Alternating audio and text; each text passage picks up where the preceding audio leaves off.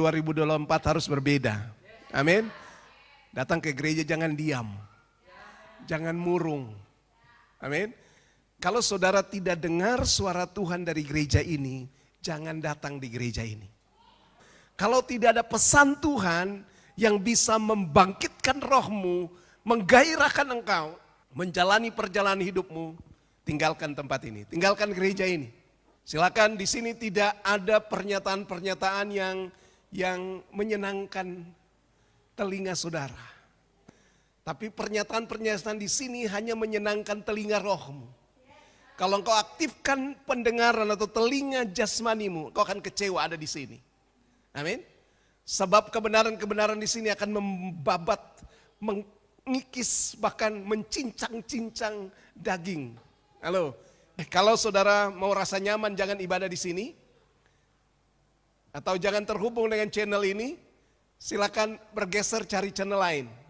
Sebab di sini saudara sedang dipolah, saudara dibentuk, saudara dikerjakan, saudara dijadikan. Bukan seperti pendeta mau, bukan seperti organisasi gereja mau, bukan seperti yang saudara mau, tapi seperti yang Tuhan mau. Amin. Hari-hari ini Tuhan inginkan kita memasuki suatu level kehidupan di mana sudah bukan waktunya lagi kita minta Tuhan itu mengerti kita. Berhenti. Tuhan kepingin menaikkan level rohani kita. Kita lihat di Wahyu pasal 4. Kita baca ayat 1 sampai ayat 3. Firman Tuhan katakan di sana. Kemudian daripada itu, aku melihat sesungguhnya sebuah pintu terbuka di surga.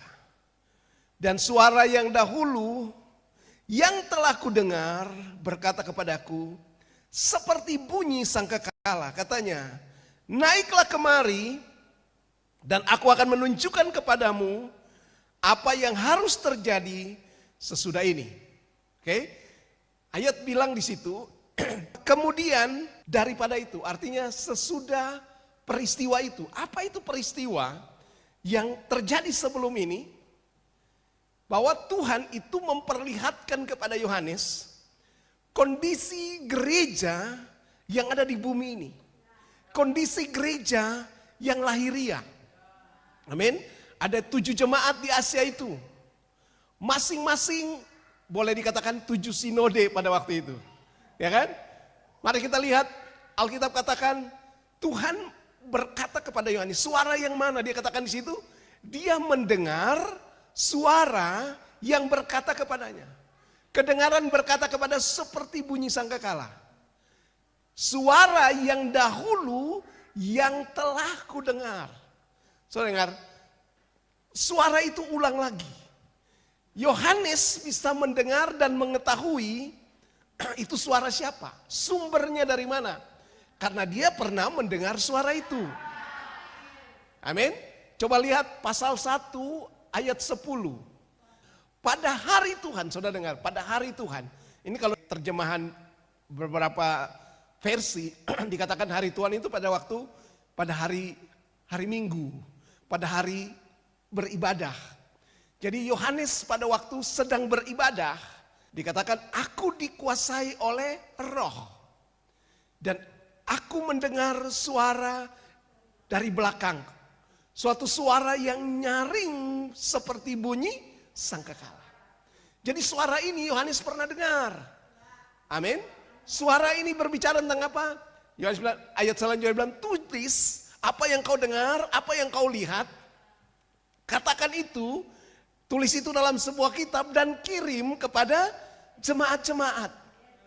Jadi Tuhan memperlihatkan kepada Yohanes bagaimana kondisi gereja, kondisi jemaat pada saat itu. Jemaat di Efesus, Smyrna, Pergamus, Tiatira, Sardis, Philadelphia, dan Laodikia. Kalau baca semua ini, apa yang Tuhan nyatakan tentang kondisi keadaan gereja, gitu kan? Ternyata tidak seperti yang Tuhan harapkan. Tidak seperti yang Tuhan inginkan. Gitu kan?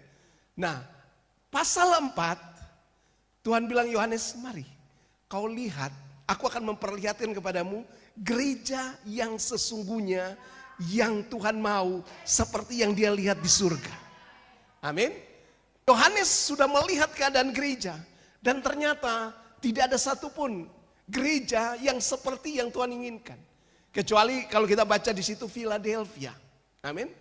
Tapi Philadelphia pun diperingatkan, pegang apa yang ada padamu. Supaya jangan itu diambil. Kenapa? Karena dia sudah mulai ragu-ragu. Dia punya pegangannya sepertinya mau lepas. Makanya Tuhan bilang, pegang terus apa yang ada padamu.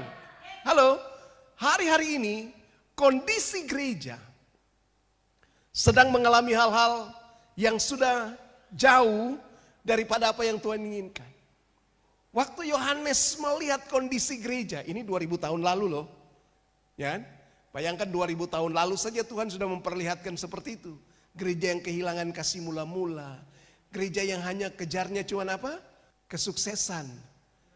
Lihat Wahyu pasal 3, ayat 14 kayaknya. Dan tuliskan kepada malaikat jemaat di Laodikia, inilah firman dari Amin, saksi yang setia dan benar, permulaan dari ciptaan Allah.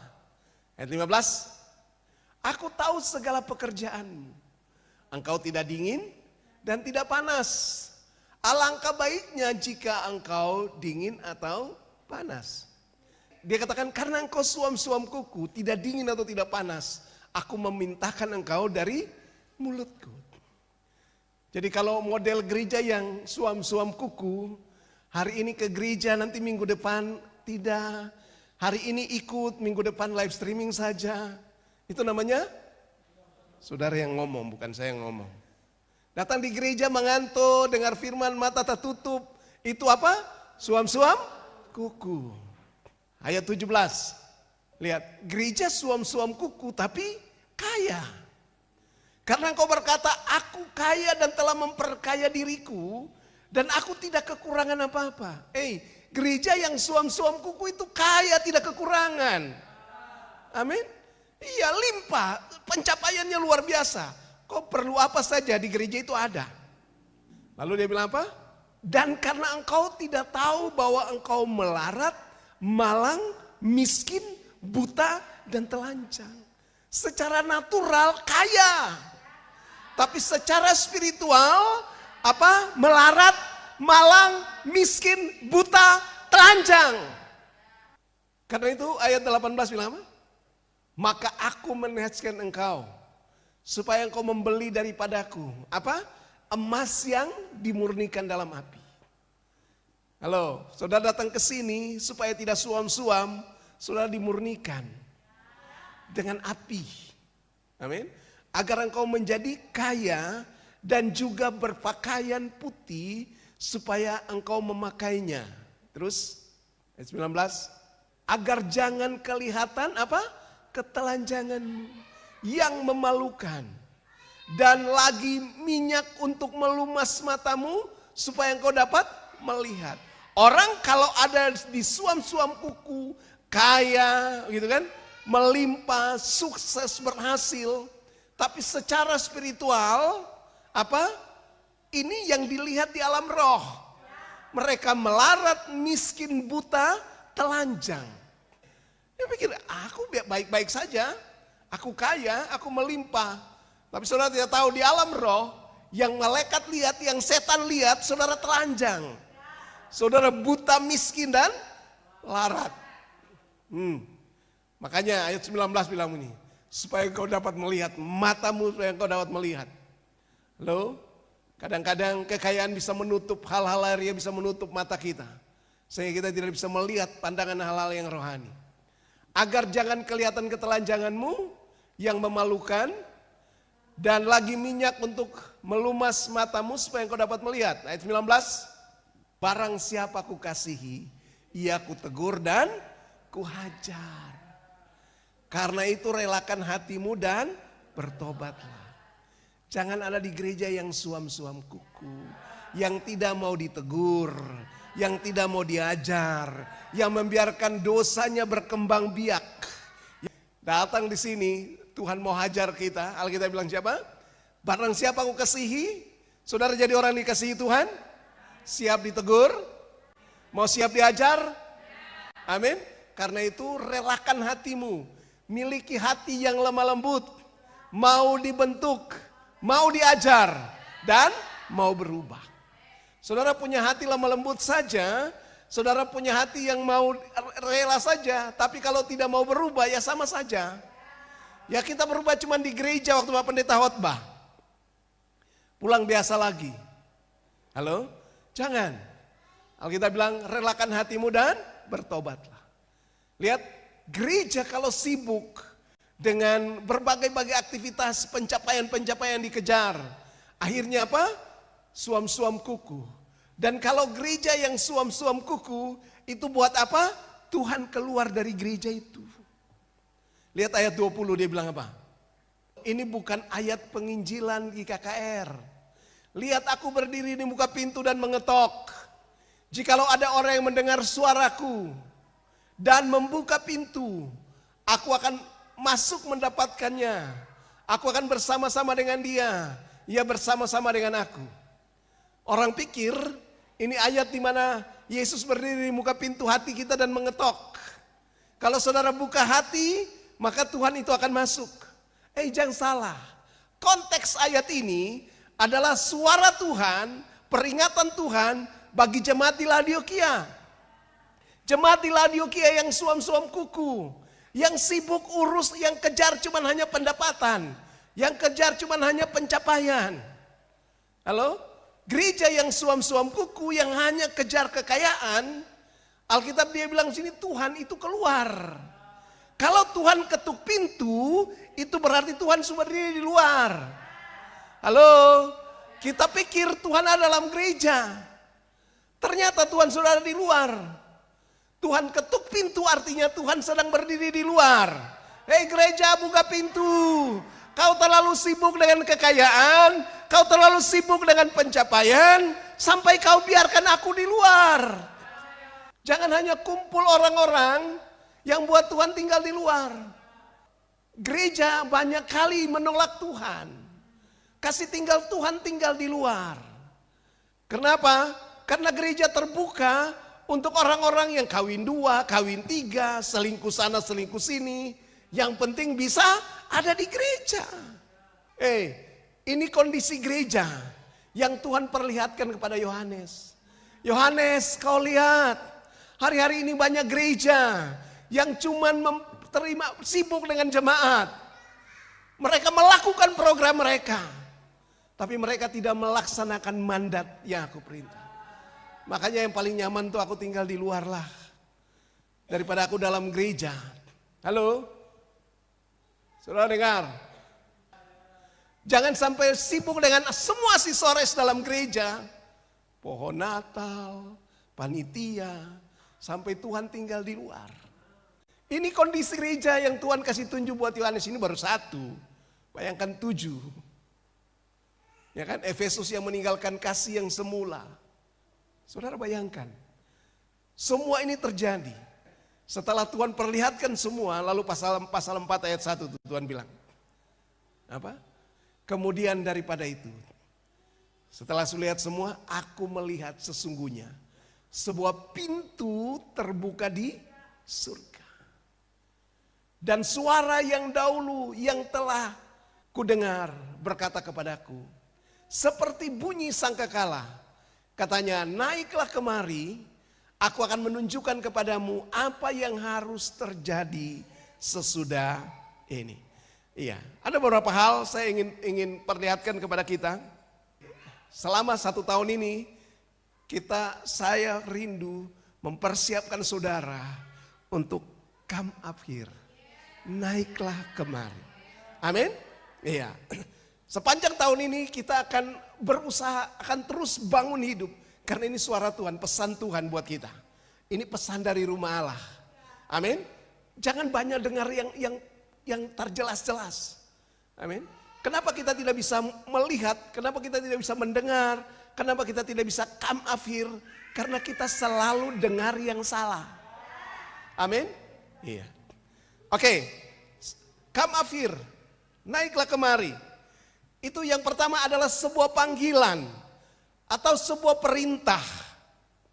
Kita disuruh naik ke satu level kehidupan rohani yang baru. Satu level kehidupan rohani di mana bukan lagi kita yang minta Tuhan turun, tapi Tuhan yang suruh kita naik. Berhenti minta Tuhan mengerti kita. Sudah waktunya kita yang harus mengerti Tuhan. Jangan selalu berdoa apa yang saudara mau supaya Tuhan kabulkan. Tapi saudara harus mengikuti apa yang Tuhan mau. Dan hari-hari ini Tuhan mau, come up here. Amin. Naiklah kemari. Halo, jangan tinggal dengan keadaanmu. Engkau akan terus meranah. Dunia akan terus menyiksa engkau. Dunia akan terus menyengsarakan engkau.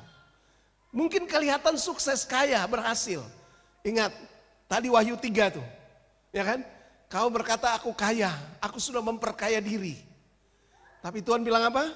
Engkau miskin, buta, melarat, dan telanjang. Amin. Kalau sudah model seperti itu, hidupmu hanya cuman melarat tuh dalam pengertian ini. Segala sesuatu minta Tuhan mengerti, minta Tuhan peduli. Amin. Sudah bukan waktu lagi menyanyi.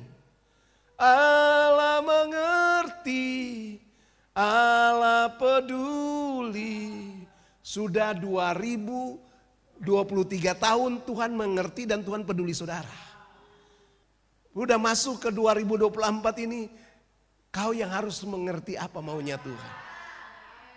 Halo, kita harus menaikkan level. Sudah bukan waktunya lagi, sudah bukan level kita lagi. Untuk terus ada berputar-putar di kondisi 7 jemaat di Asia ini. Saudara harus mulai melihat apa yang sedang Tuhan rancangkan atas hidupmu. Kalau saudara bisa come up here. Kalau baca di situ, kita hanya bisa come up here, kita hanya bisa naik. Kalau kita sudah melihat pintu itu terbuka. Amin. Dia bilang apa? Sesungguhnya aku melihat sebuah pintu terbuka di surga. Yang pertama, tadi tuh, di dalam roh. Yohanes di dalam roh. Amin. Lalu Yohanes pertama dia melihat apa? Sebuah pintu berdiri terbuka di surga. Amin. Sesungguhnya sebuah pintu terbuka di surga. Dan suara yang dahulu telah kudengar berkata kepadaku seperti bunyi sangkakala. Baru dia dengar suara kan? Come up here, naiklah kemari. Untuk apa? Dikatakan, aku akan menunjukkan kepadamu apa yang harus terjadi sesudah ini. Sesudah apa? Sesudah semua peristiwa-peristiwa yang terjadi tentang 7 jemaat itu. Jadi Tuhan itu panggil Yohanes naik. Oke, saudara tidak akan pernah bisa naik kalau saudara belum bisa melihat. Karena itu tugas kita adalah sekarang apa? Angkat matamu. Kita perlu apa? Angkat mata kita. Amin. Saudara hanya bisa melihat pintu terbuka di surga. Artinya begini, saudara harus mengalami yang namanya realita open heaven itu. Kita bukan saja dengar firman ini sebagai satu statement. 20 tahun langit terbuka, 20 tahun langit terbuka, 20 tahun langit terbuka. Tapi kalau saudara tidak ada di sana, apa artinya? Artinya kita harus benar-benar mengalami realita dari open heaven itu. Saudara lihat, Yesus sendiri mengalami open heaven ketika pertama kali dipanggil untuk menyelesaikan pekerjaan Bapa. Waktu Alkitab bilang Yesus keluar dari air, apa terjadi? Langit terbuka. Lalu suara dari surga berkata, inilah anakku yang kukasihi.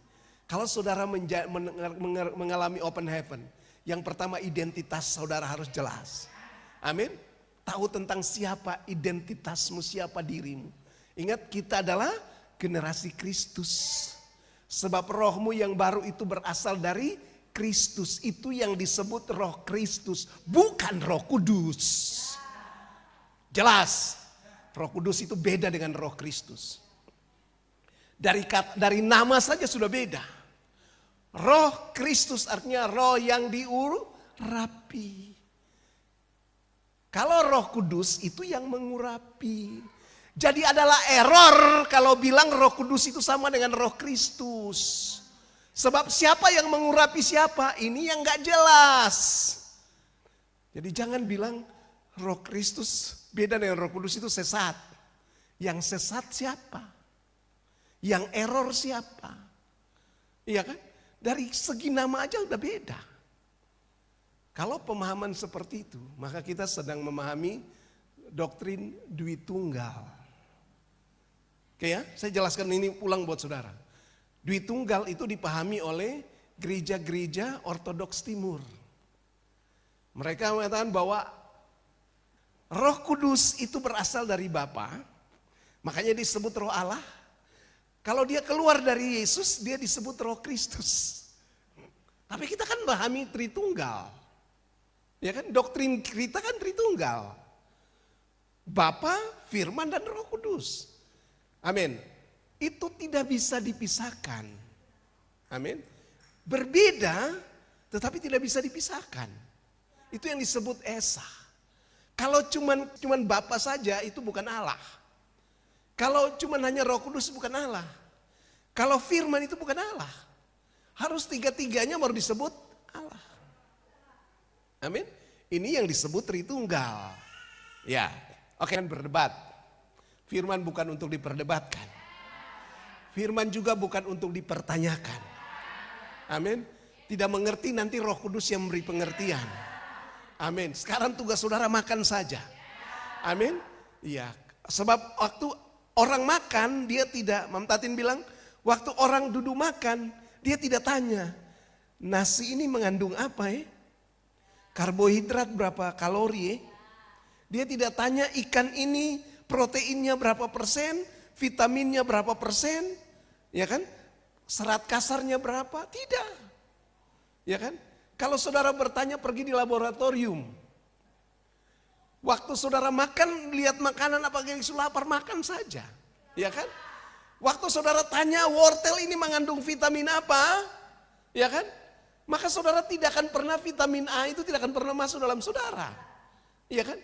Tapi begitu lihat ada makan. Jadi jangan bertanya. Halo. Waktu saudara dengar firman jangan bertanya. Yang membuat pertanyaan itu ada di pikiranmu. Ada di level jiwamu. Roh tidak pernah bertanya. Roh itu terbuka lalu makan saja. Terima saja. Karena itu supaya saudara bisa terima firman. Jangan pakai akal, jangan pakai logika. Katakan amin saja. Gitu kan? Waktu yes, amin, yes, amin, yes, amin, yes, amin. Saudara mengerti. Amin. Otakmu yang dangkal itu, yang sulit untuk mengukur kedahsyatan Tuhan, tiba-tiba kalau mengerti apa yang Tuhan mau. Ya gitu.